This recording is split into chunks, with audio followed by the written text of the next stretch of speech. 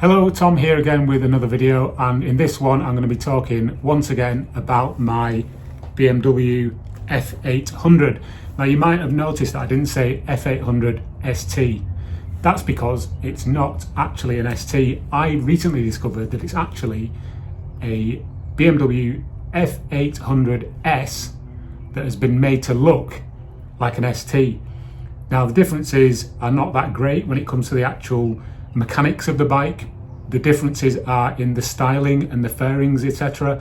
So the F800S, which I'll put a picture of on the screen now, is the slightly sportier version of the F800 cadre family of bikes.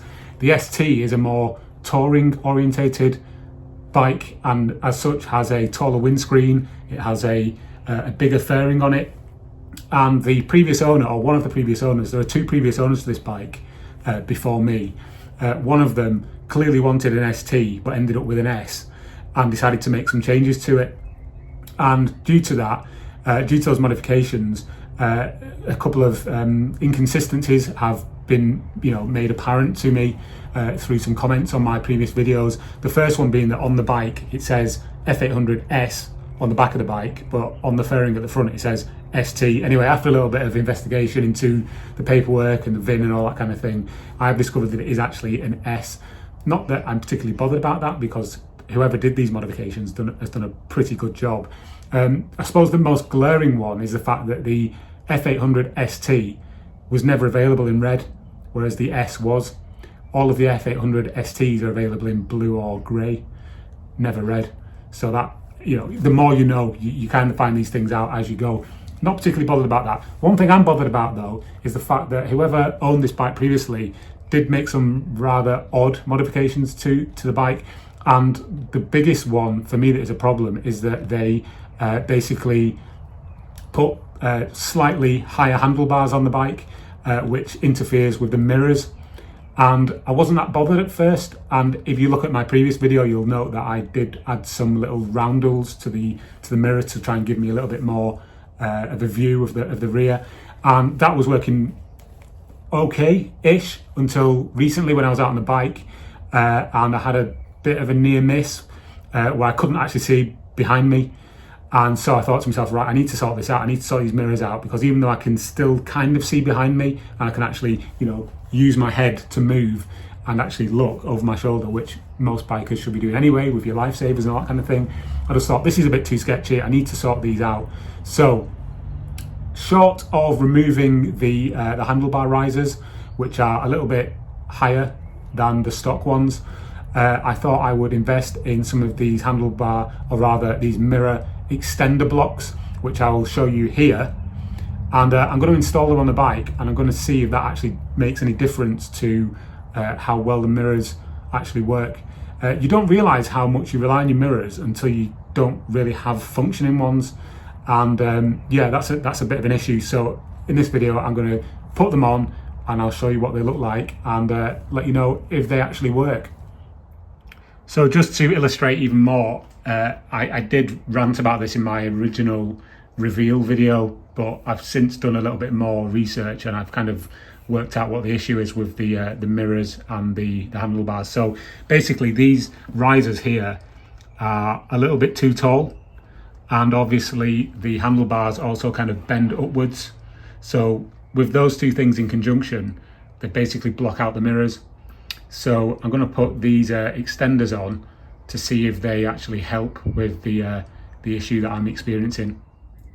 Okay, so I have taken the mirror off. This is the right hand mirror, and I have this extender block which came from eBay, and it was £20 for the pair, and I've already dropped this one, so it's got a bit of a mark on it. Great, not too bad. But yeah, that just kind of slots in here, and then the mirror goes on top of that, and you are supplied with the bolts as well for this. So let's get this whipped on and see what it looks like. Right, so this is what it looks like now that it's on the bike, and it does stick out quite a bit. Hopefully you can see that, but I don't think it looks too bad, to be fair. It doesn't look, unless somebody pointed it out to you, you wouldn't really be able to tell. It just looks like a standard part of the bike. It's a slightly different texture because obviously it's 3D printed. But other than that, I mean, it doesn't look too bad. I've not done the other side yet, but I'll do that in a minute. So when they're both on, it'll probably look quite sort of uniform and standard. So let me do that, and we'll have a look what it looks like with both of them on.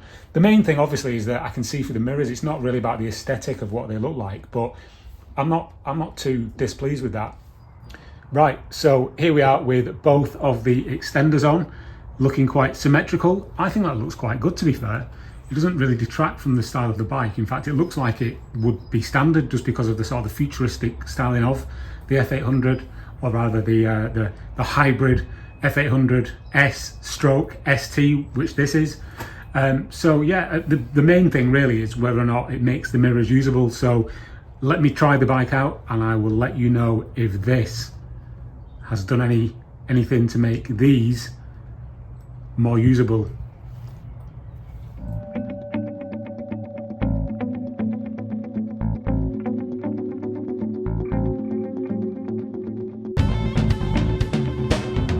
Right, here we are in my favourite quiet place. I say quiet, it's not that quiet because the motorway is just over that hedge.